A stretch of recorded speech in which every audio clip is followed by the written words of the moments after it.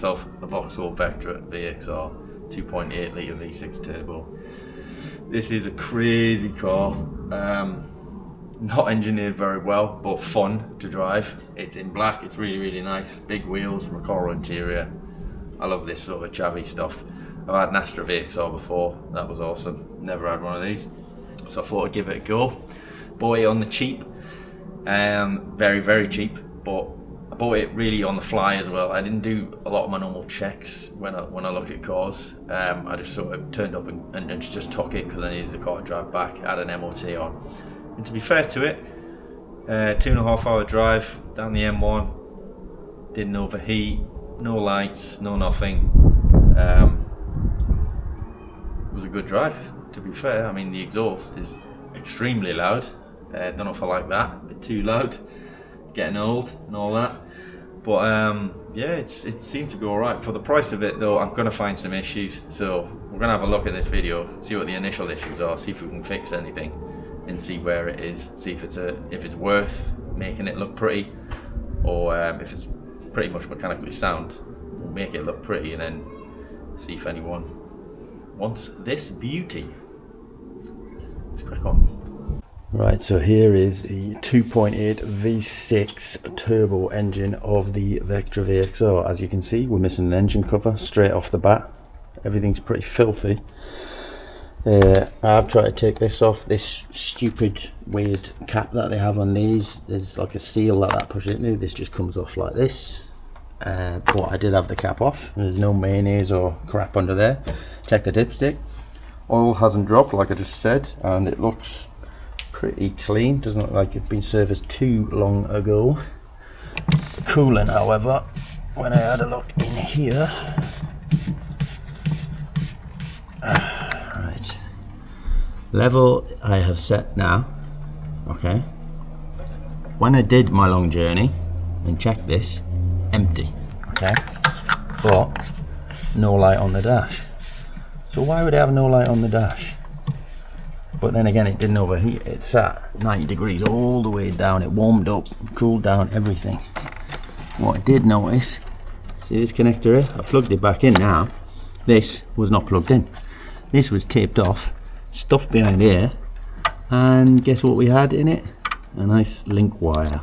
So we had this coolant level sensor linked out.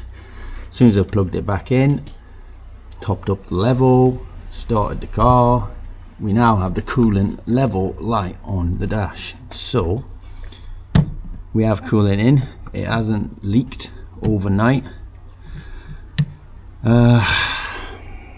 Hopefully, I know these do the float sort of the switch inside here, that the level, I know these do fail from what I'm reading. It's quite common.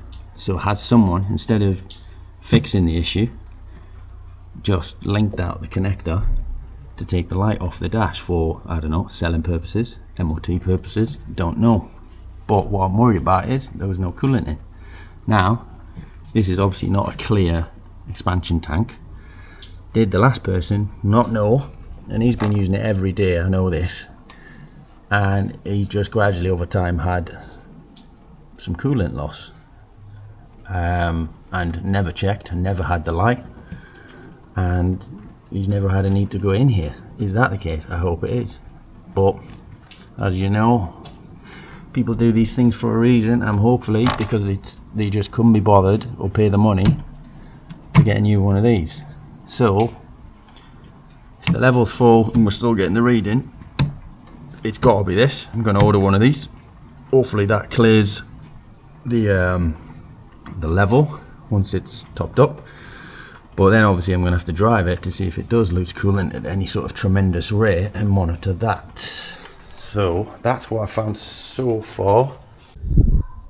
That's going to give this thing a quick clean because it's minging. Just a quick one though. If you want to skip through this bit, if you don't want to sit and watch me clean a car, I don't blame you. So just skip through to the good stuff at the end.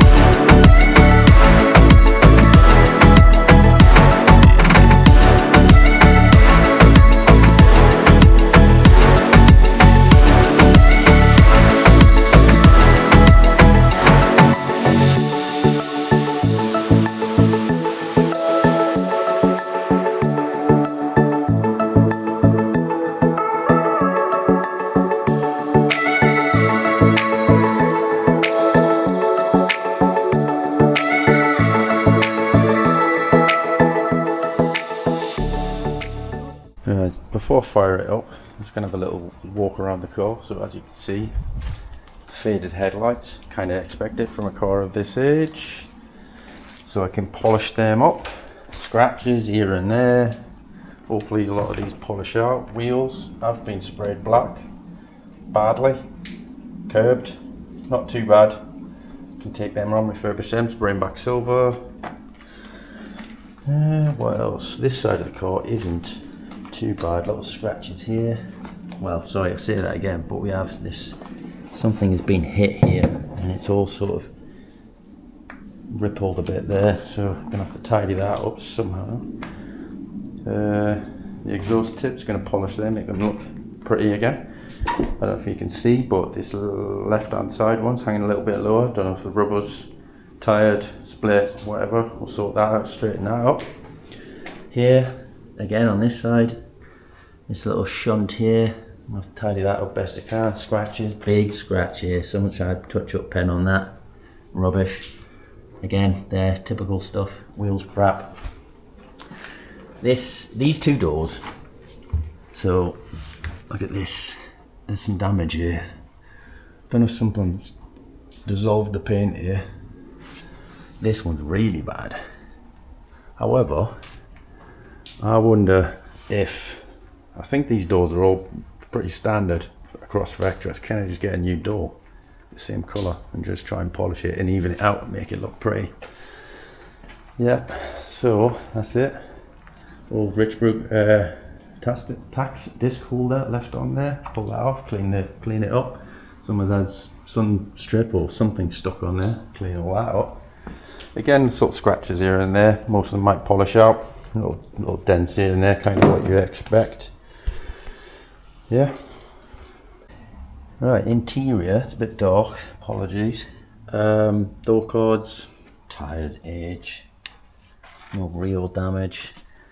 These Recaros are not too bad. He did mention that these have been, that's not a rip by the way, replaced or refurbished or I mean, look how clean these look. Really good seats. Really good seats for a car this age. Not too bad. Oh, this is coming off. This is not missing its ear, but it's popped off. This needs all tidying. Good clean. It's filthy. Minging. In the back, can't really see. Seats pretty good for the age, to be fair. You can't see down there, but this rear, can't even see. The rear carpet has been ripped out for some reason and is missing, so I'm gonna have to get one of those from somewhere. This window tint looks tatty from the inside. Again, it just needs all the glass cleaned, everything cleaned, nice good wash on the inside. That should come up not too bad, hopefully. And this, get some light on this little area there. What has someone done here? Why would you do that? Silicone everywhere. That's going to be a nightmare, but I can get all that off, tidy it up, make it look very pretty, back to normal. Good thing is it's got these little roof clip things. On my Astra VXR, these would just blow off for fun and you'd have to paint them and replace them, especially if you go through a car wash. Don't go through a car wash, they don't like car washes. But yeah, so a lot of tidying, cleaning, touching up, polishing, etc. Maybe replace that door. Well, we'll replace that door and that door. Yeah, but I'm not going to start that until make sure everything's mechanically good. Right, so I am going to fire this up, by the way. 120,000 miles on the clock.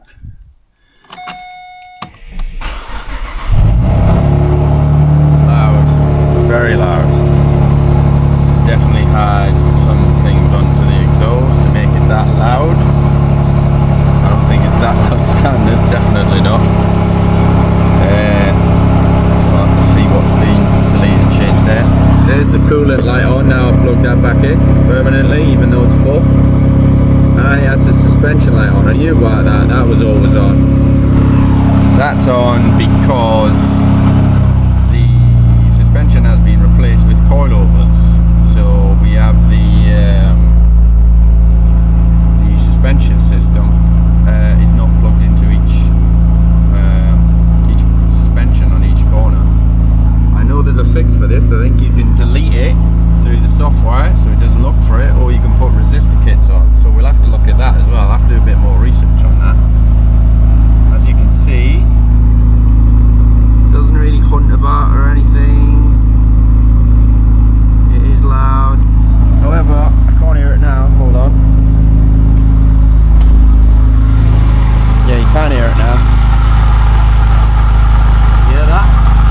That sort of scratchy noise coming from the timing side.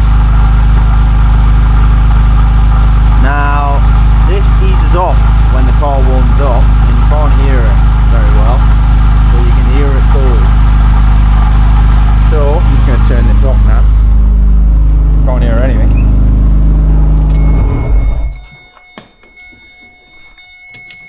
Inspect 0. Good, good.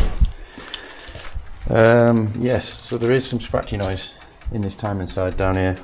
So what I'm probably going to do is, before I order a load of parts and throw it at it, I'm going to take this wheel off, take the arch liner out. I think I'm going to take off the drive belt, see if anything changes, and see if we've got something on the drive side. Hopefully it's the tensioner or something on the drive side and not anything else. So hopefully if that noise disappears when I do that, that's how I'm gonna diagnose that. So let's do it. Okay, so I think I've found the issue. Well, I know I found the issue. So I started loosening the drive belt off, and I heard a little rattle noise, and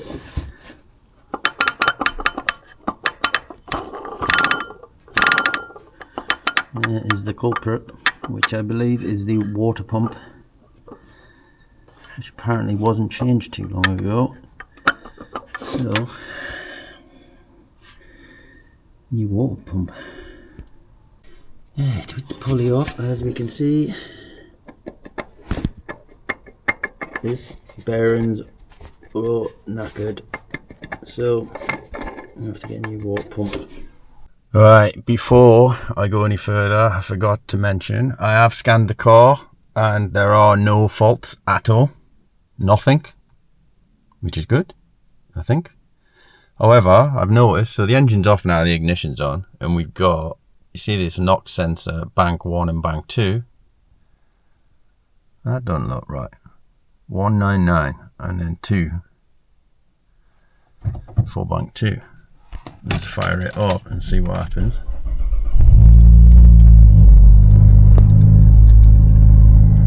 I have to go back out and back in.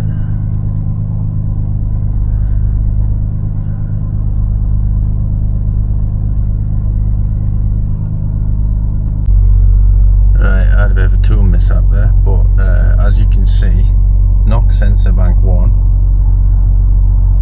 is 179. And bank 2 is just fluctuating there. So, I don't know if anyone can tell me, but that seems like they've got a bad knock sensor. So, I might have to stick a new one on and see if that changes anything. But why isn't there any codes? There is no codes. Very strange. Maybe that's, I don't think that's normal, but that is what it's saying. Right, so the Vectra has a few problems, as you can see. So we've got the knock sensor, what we just saw on bank 1 is given a very high reading, which, looking online, this is the bank 1 is the sensor that is on the back of the engine, so it's on the hot side. You've got to take a lot of things out of the way to get to that, to check it, but I'm thinking maybe the looms, the wires, something's happened there that's causing that. So we'll have to look into that. That could be a bit of an issue getting to that. And the other one was the level sensor on the actual cooling tank, which is putting the low level cooling light on the dash, and obviously it had no cooling in. There was cooling in the block when I drained it off quite a lot, but it just wasn't in the tank, so it was low. If that's something that's happened over a long period of time because no one's ever checked it, because of the light hasn't come on, it's been leaked out, maybe, don't know, it could be something worse. The other thing was the suspension. So the suspension light is on, and that's due to the coilovers being fitted, so you haven't got the feedback from the existing suspension on this car. Might be able to code that out in the software somehow, but we'll look at that as well. And then the other thing was the water pump, which is quite easy to find. It was quite obvious. The bearings are gone in the water pump, so I just rattled about everywhere. So I've got a new one of those. We'll replace that. So I'm going to do that. Keep a lookout for the next video, the part 2 for this, because that will come out pretty soon. And I'll show you me fitting all those parts and hopefully making this a good car. Another thing as well, my online store now is open, so if you want a hoodie, these are pretty good. Got the logo on here, it's a pretty good quality hoodie. Check it out on Spreadshirt, and you can pick yourself up one of these. Cheers for watching, nice one, bye.